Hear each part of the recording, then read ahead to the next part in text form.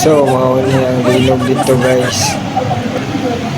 Natimingan sa yun no nga pa wala pa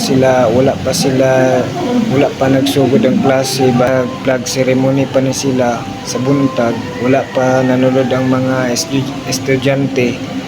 Timing kayo nga naglinog kay kung timing lang gyud guys na nagsugod na ang klase nila dito sa ilang mga classroom nya naglinog, sigurado daghan jud kayo casualties ani guys, daghan jud kayo damage ani.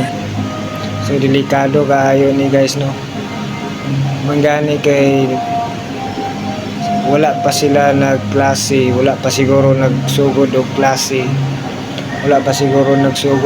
klase ani, naglinog na tanan mga estudyante napa sa gawas. So pasalamat gyapon ta sa Ginoo guys.